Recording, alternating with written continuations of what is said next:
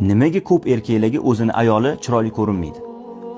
Ayolni yoqtirmaydi. Ayolni ko'rsa ko'zi quvonmaydi. Bir olim kishidan bir yigit borib shu savolni berib, uylanishimdan oldin ayolim ko'zimga juda chiroyli ko'rinardi. Uylanish payti kelib, endi to'yimiz arafasida undan chiroyliroqlari borligi ko'rindi ko'zimga. Uylandim, uylanganimdan keyin ayolimdan anchagina chiroylilar va yaxshilar ko'pligini ko'rdim. Endi yana vaqt o'tgandan keyin hamma ayollar meni ko'zimga ayolimdan chiroyliroq ko'rinadigan bo'ldi.